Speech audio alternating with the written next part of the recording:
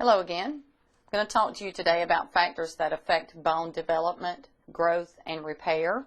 So let's begin. All right, so we're going to focus primarily on three areas. We're going to look at vitamins, hormones, and physical stress, and how each of these affect the way that bone develops, the way that bone grows, and or the way that bone repairs itself when that bone is damaged. So if we begin by looking first at the vitamins, there are a number of factors that are going to influence the way that bone develops, the way it grows, the way it repairs itself. Of course, we start by thinking about nutrition. That should be pretty obvious. The foods that you eat are going to contain vitamins. Those vitamins and other nutrients help your body to do what it needs to do. Exposure to sunlight is going to help certain vitamins be synthesized in our bodies. Then there are hormonal secretions and physical exercise and such. So let's talk about one of those vitamins that's very important to bone growth and development, and that is vitamin D. Vitamin D is necessary for proper absorption of calcium as it travels through the intestines. So what vitamin D actually does is to increase the permeability of the intestinal wall. And by increasing the permeability of the intestinal wall to calcium, it allows that calcium to be resorbed back into the bloodstream rather than passing on through the digestive system. Well, you know where things end up if they pass through the digestive system, right? So the vitamin D allows the intestine to become more permeable. The calcium is absorbed back into the bloodstream where it travels throughout the body. One thing about vitamin D is the fact that it's really uncommon in most of our natural foods, except for eggs. Eggs are a good source of vitamin D. But it is readily available because milk and other dairy products are typically fortified with vitamin D.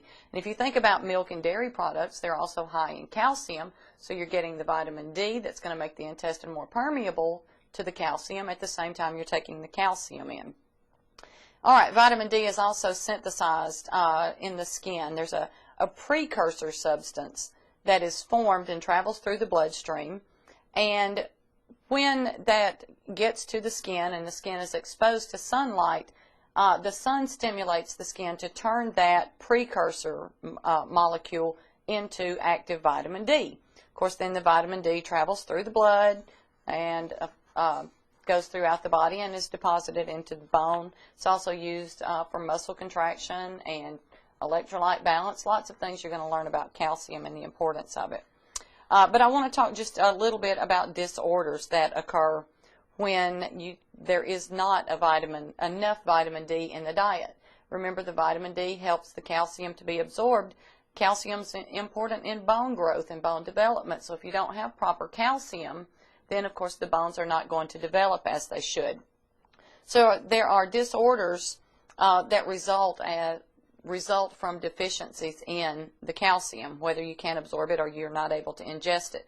Of course, if you're not able to ingest it, it's going to be dietary factors, and typically a disease or disorder is going to keep you from being able to absorb it.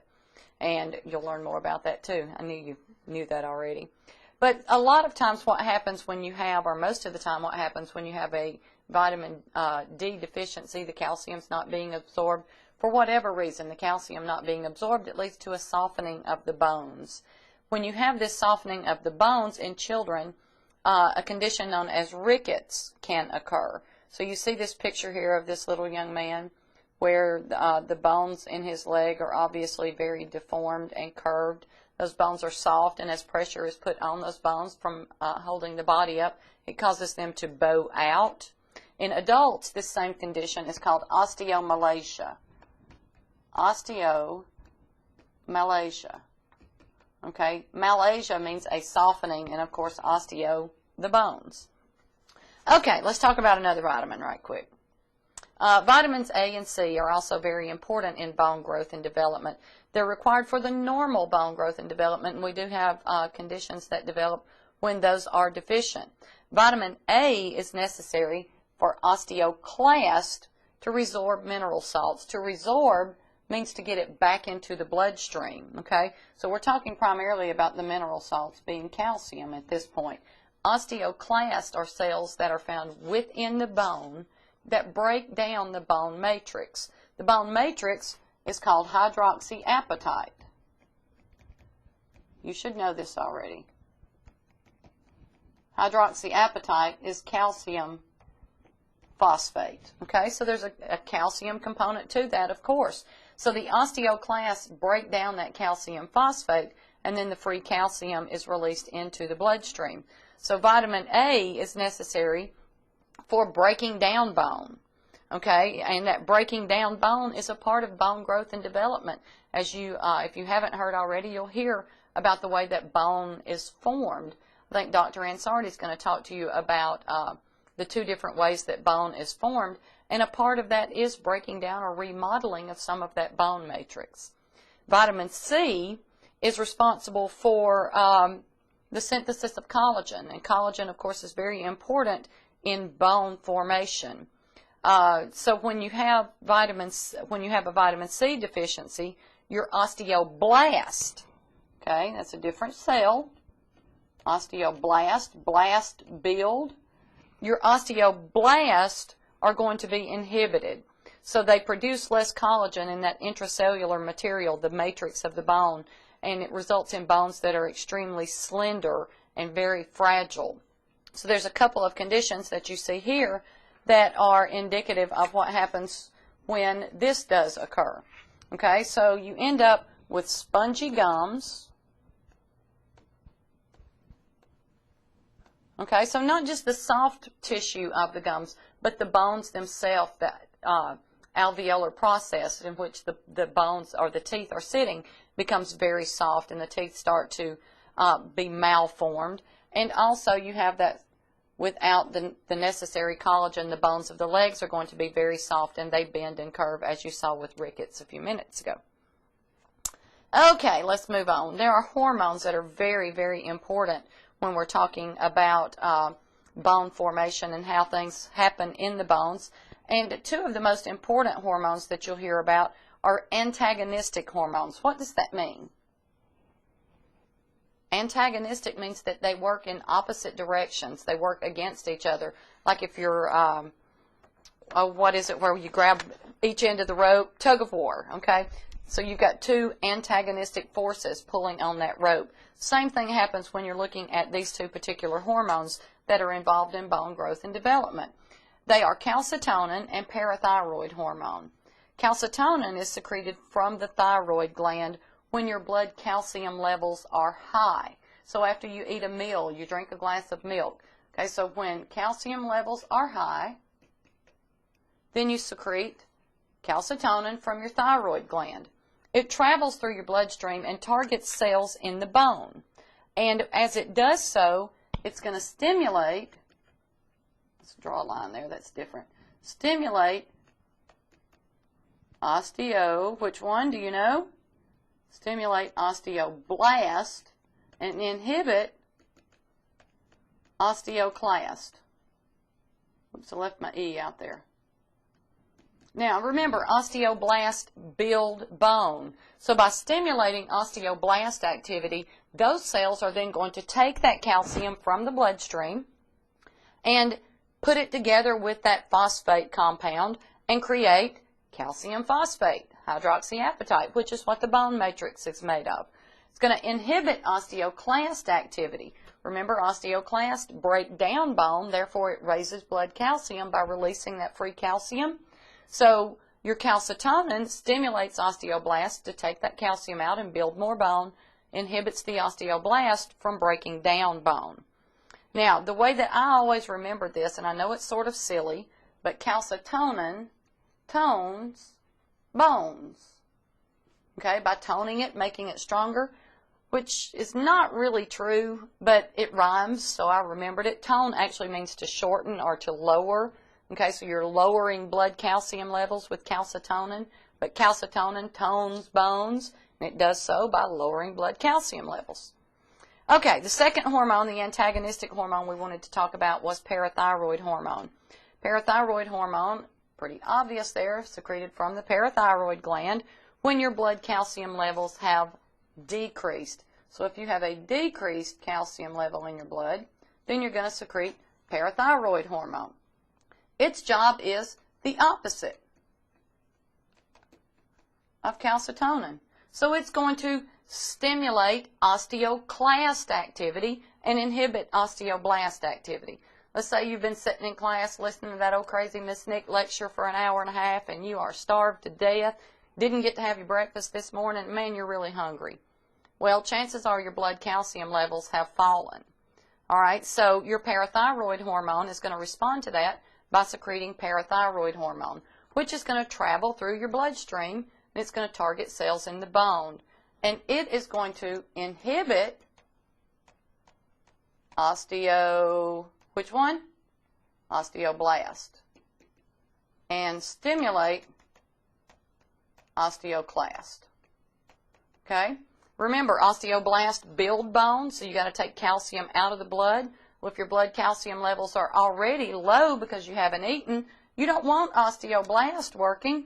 You want osteoclast working because the osteoclasts break down the bone. As they do so, they're releasing that calcium into your blood, and your blood calcium levels then, of course, do what? Raise. Exactly. Okay, let's move to the next one. Growth hormone. Growth hormone is a hormone that's secreted from the anterior pituitary, and what it does is to stimulate mitosis. You remember mitosis, right? Cell reproduction, yeah. Mitosis of chondrocytes. Now, you know what chondrocytes are, right? Chondro always refers to cartilage, and cyte always means cell. So your chondrocytes in the epiphyseal disc of your long bones are going to be stimulated. So let's say you've got a long bone, and y'all know by now I can't draw, so we'll say here's a femur. Okay, there's your femur, and you're going to have an epiphyseal disc here, an epiphyseal disc here, and maybe even a small one up here, depending on how far into your development you are. Those epiphyseal discs are made up of cartilage, so it's those areas that actually grow. So your growth hormone stimulates mitosis of those chondrocytes, and as it does so, the bone lengthens and becomes longer and longer and longer. And then ossification occurs, turning or replacing those cartilage cells with bone cells. You've already had that lecture, right? All right, now let's talk about what happens when you have disorders of this particular hormone. GH being growth hormone. Let me go ahead and write it out for you. Okay, growth hormone. Pretty simple what it does, right? It causes growth. All right, so if you have too much growth hormone, okay, so way too much growth hormone, okay, it's going to cause a condition known as pituitary gigantism. All right, so if you look at this individual here, very, very, very tall woman, she obviously grew that way while her long bones were still growing. Now, when do your long bones stop growing? When those epiphyseal discs have fully ossified or fully become bone. Okay, so once that becomes bone, you have epiphyseal plates and no more long bone growth occurs. So before the ossification of her long bones, she had way too much growth hormone, so there was way too much mitosis going on, and she ended up with extremely long bones. All right, so this has to happen before the bones are fully ossified.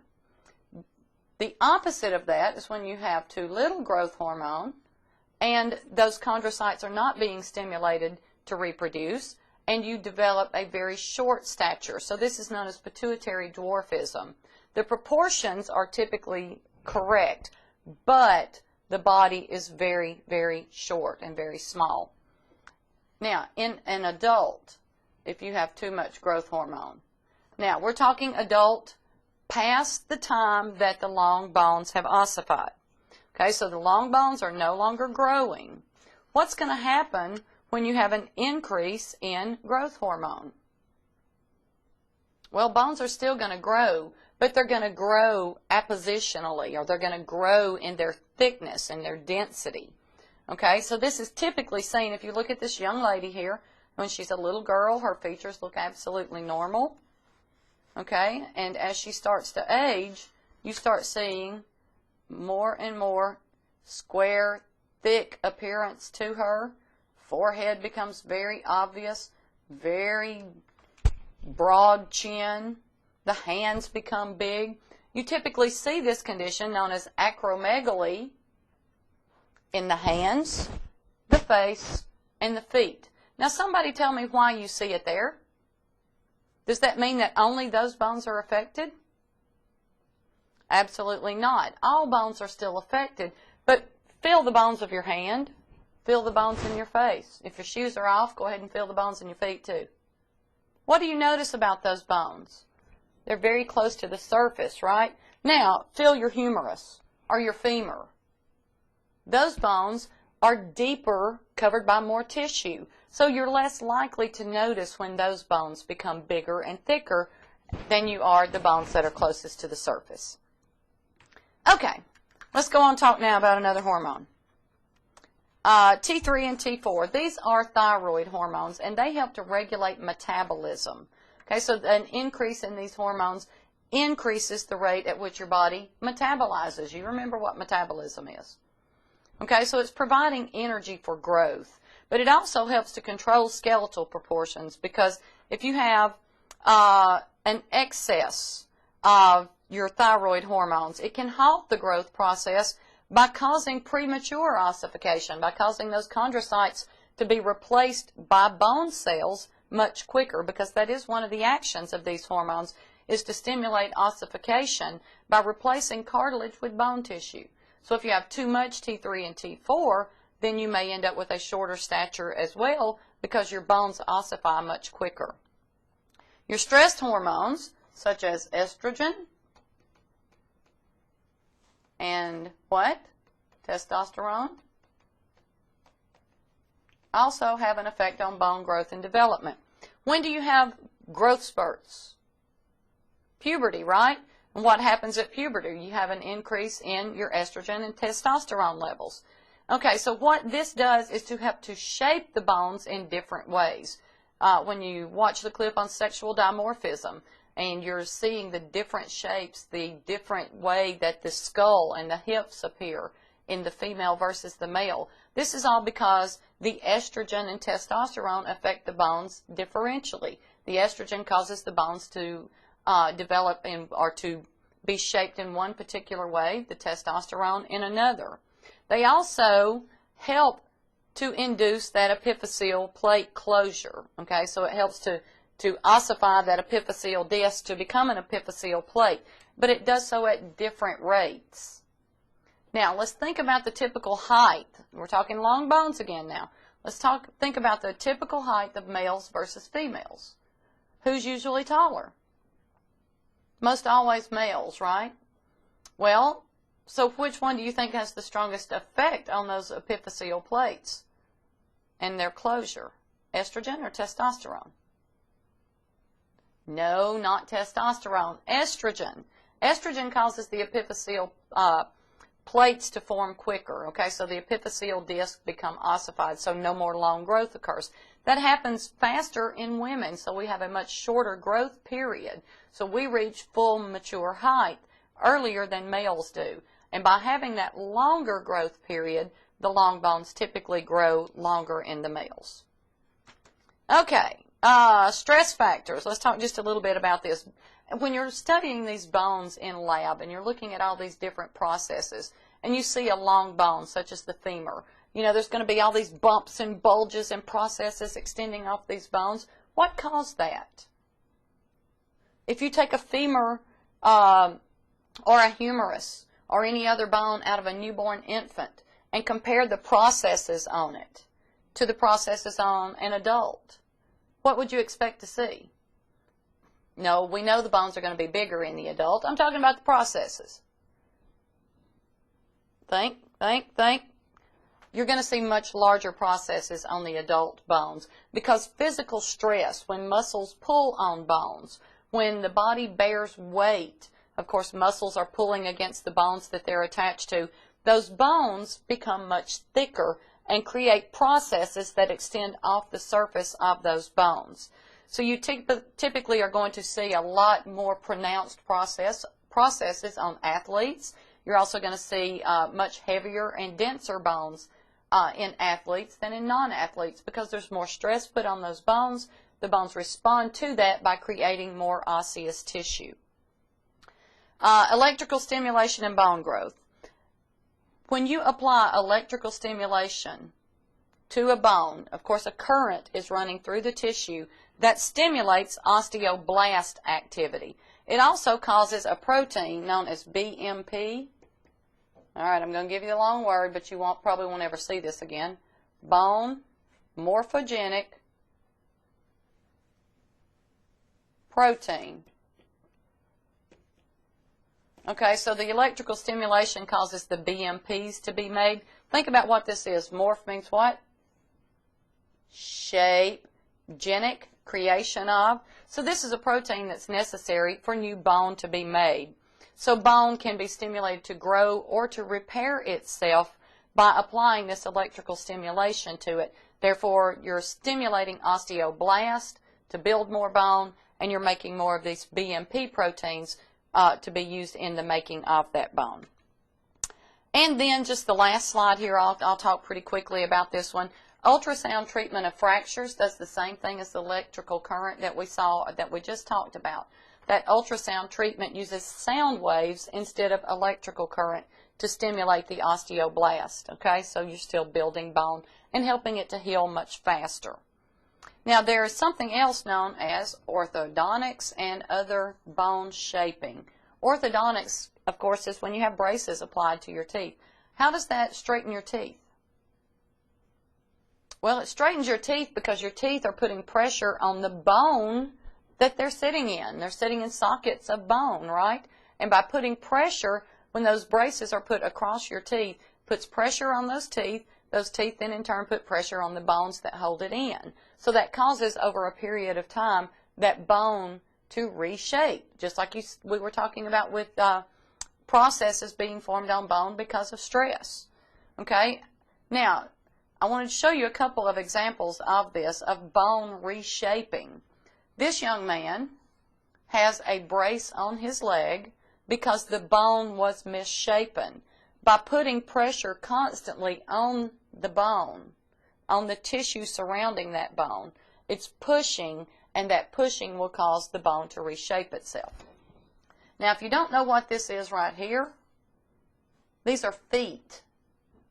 Yeah, I would hope an x-ray of my foot wouldn't look like this, right? Okay, so here's the leg, of course, here's the top of the foot. Here's the sole of the foot. Look at the shape of those bones. For many, many, many hundreds, if not thousands of years, it was a very common practice in certain Asian cultures for women to bind their feet. So they would start wrapping tissue around and around and around and around and around some type of cloth to bind so that the feet were being reshaped so that they would become very tiny, because it was a symbol of an elite status and very widely accepted for females to have very, very, very small feet. And the only way that would occur would be, instead of having the bones to do this, you have them do this. Look it up. You'll see some pretty interesting stuff online. The last thing is gravitational forces, and I'm not even going to elaborate on that, because as I was looking at it, I found some really conflicting data talking about gravitational forces causing bone reshaping, but most of it had to do with weight-bearing exercises. Weight-bearing exercises is anything that puts pressure on a bone, and we know already that putting pressure on a bone is going to stimulate the growth of that bone. The other part that I was looking at was talking about the force of gravity causing bone cells to settle in a particular area. I don't know if I want to try to get into all that with you. Sounded a little controversial to me, so I'm going to leave it here, let you think a little bit about going home and binding your feet. Please, don't you dare. Anyway, guys, y'all have a good day. I'll talk to you again soon.